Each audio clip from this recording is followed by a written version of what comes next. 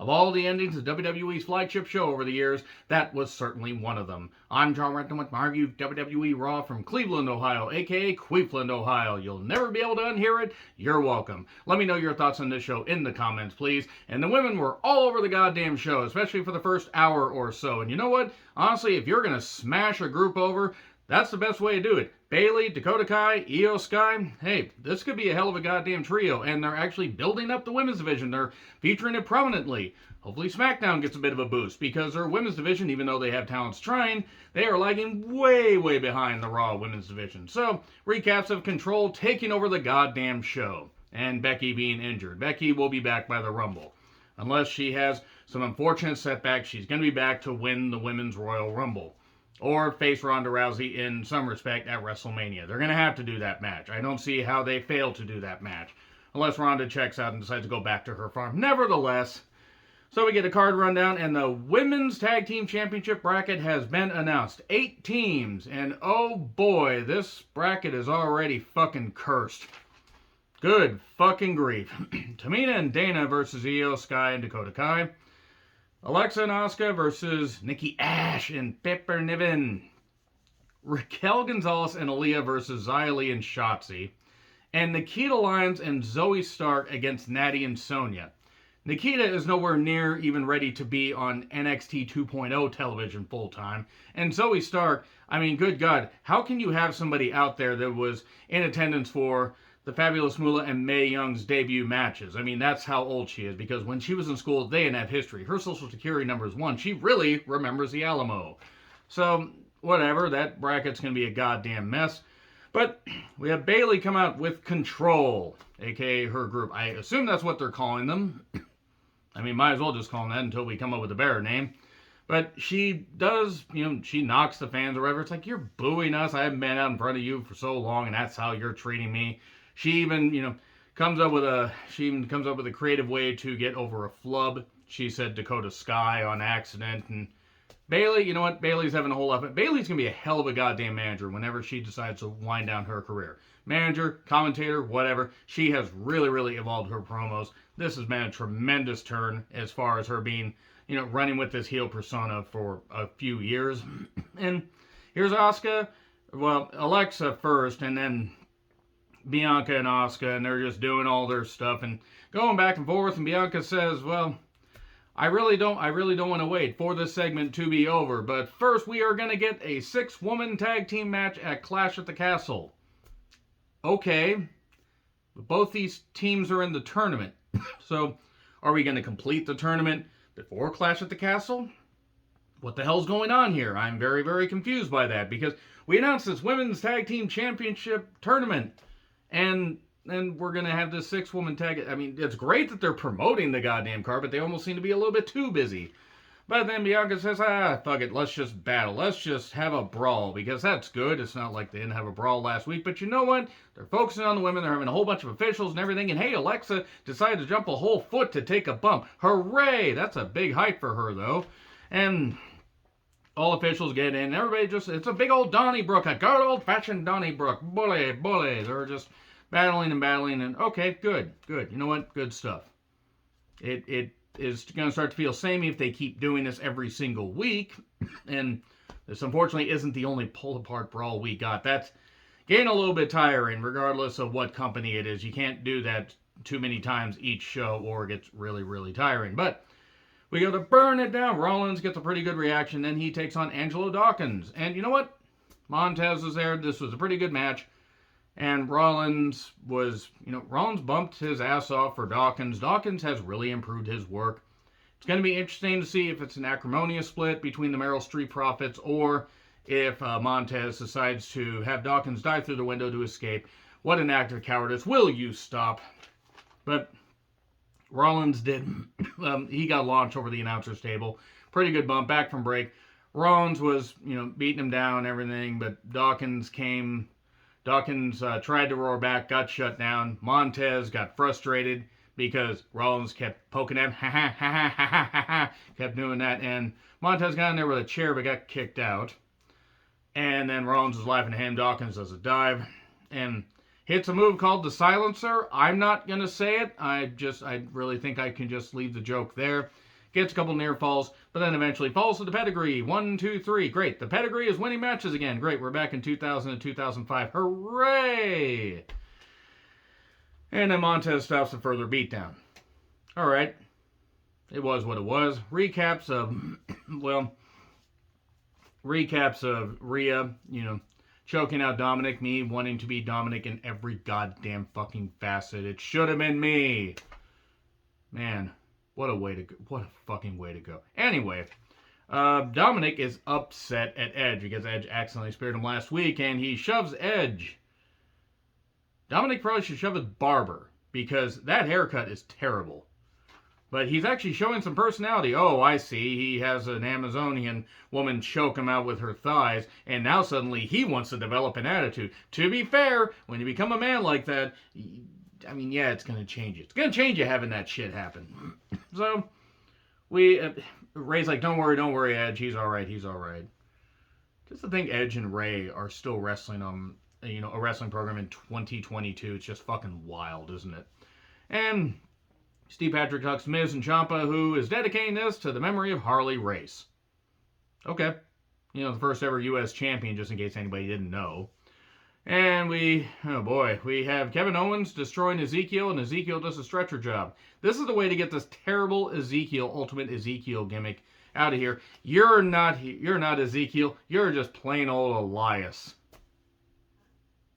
Jimmy Hart just coming out and rubbing the makeup off. Anybody that is not a fan of 1995 WCW programming has no fucking idea what I'm talking about. And Judgment Day, Finn is a great talent. This is not good. This Judgment Day stuff is ass. Finn, I am Danger. I am the Thunder. I am the Light. I am Green Lantern's light. No, he's just like It's like, fear isn't real, but anger is. And sorry to any Irish people. I'm sorry, but Finn is just not convincing here. And then Priest tells everybody to rise. And yells at everybody. And says he will be the punishment of the Judgment Day. And then Priest challenges Edge for a match in Toronto. Is that at a house show or is that at a Raw in a couple weeks? I'm actually confused. Dominic isn't there, so Ray goes at it alone.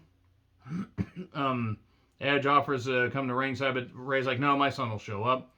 Ray and Balor had a match that was pretty good. I'm getting kind of sick of this storyline, in all honesty, because it should have I get that Edge returning is a way to maybe turn this into a 6-person tag, but okay, what are you going to do? Have Rhea dominate Dominic? She dominate me? She could dominate a lot of people. Because everybody would just be happy about that. But anyway, Ray slides under the ropes, hits that sunset flip powerbomb. Priest distracts, so Ray gets beat up a little bit more. Ray does come back, but suddenly Rhea shows up with Dominic slumped over her shoulder. It should have been me. And then suddenly, 1916, aka Bloody Sunday, and the stomp. 1, 2, 3. Balor gets the victory. And there you go. That's your lot right there. So, Sarah Schreiber interviews Dana Brooke and Tamina. Boy, this promo was certainly... Dana seems like she is genuinely trying to say words. She's just not a natural speaker. At least with... I don't know what the fuck is going on, but just... Maybe it's a 24/7 championship, which is still a thing, somehow. I was hoping that it was just forgotten about. So, Io Sky and Dakota Kai took on Tamina and Dana. Quarterfinal match, and oh boy, if this is any indication about how this tournament's going to go, we are in for some dicey competition, like diced onions, or diced mushrooms, or diced whatever. They diced the fuck out of this goddamn match because Io and Dakota can work. Dana tries, she's a very good athlete. Tamina gets to beat up women, just like her dad. Boy, that's really, really mean for no goddamn reason. But Bailey sucks chance, and I just wrote down Dana just doing that handspring elbow to the freaking barricade. Good timing on that. Tamina taking about 18 years to do a spot at the top. And Io hits the moonsault 1, 2, 3. I need Io to moonsault me feet first. Now, moving on from that. Kevin Owens yells at Steve Patrick, says, I know who I am. And we're going to get Kevin Owens and Sami Zayn beating the Usos for the tag titles of Clash at the Castle, aren't we? Yay, good. Okay, great. Just what they need to reward Zayn with. A tag team championship after that abysmal match at Mania 38. I will go to the grave saying that match was embarrassing. But while Owens is being interviewed, in the background, we have Nikki Ash and Piper and officials standing around this car that has been wrecked. Nobody makes any reference to this at all. Nobody. Fans had to point this out. Like, what the fuck is going on? Are we WCW in late 1999 where we're just wrecking cars constantly? Where your car has been turned into a cube. You have 30 minutes to move your cube.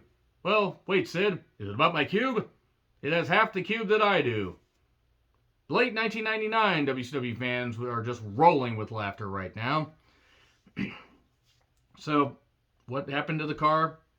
Hold on, lady driver coming through. That'll pretty much take care of the rest of that demographic. So, Dominic's getting checked on. We get to the U.S. video package, same as it ever was, with JBL talking about how the United States Championship is prestigious, and they chase more Mexicans away from the border. Man, that was a weird segment. Ciampa in a Harley Race robe. Really, really bad, considering that he broke into the funeral home and took that off of Harley Race's body. I kid. God, that is terrible and dark.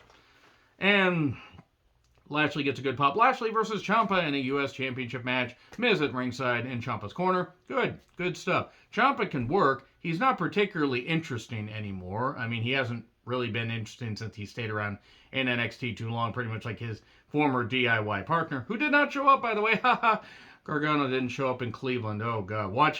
He actually showed up right after Raw went off the air. And only the live crowd got to see it. So, Lashley's power is ridiculous. He did some good stuff here. Ciampa ground him down. Miz kept trying to interfere. We got a spear. Miz put Ciampa's foot on the rope. And that just got 2 counts. So Lashley got upset. And then suddenly Styles came from nowhere and decided to just beat the shit out of Miz. And then they battle back into the ring, but they don't touch either Lashley or Ciampa. And oh my God, we get an exposed buckle spot, a post spot, a knee, 1, 2, oh no. And then we get a friggin' crossface. Hide your kids, hide your wives, because they're out here choking and smothering everybody. And then Willow's Bell, the DDT off the ropes for 2. And then suddenly that spinebuster where Lashley's like, I'm done. Whee! And the Hurt Lock, 1, 2, 3. Ciampa legit hurt his neck during this match. You could see it on a spot where he hit into the corner, like just into the buckles. He was favoring it all night, and he was favoring it when he came out to do the run-ins later in the main event. I hope it's a stinger, and I hope he's all right. But he has had a multitude of injuries.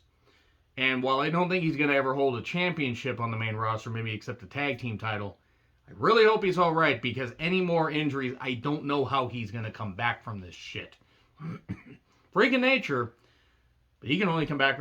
The human body can only come back from so much.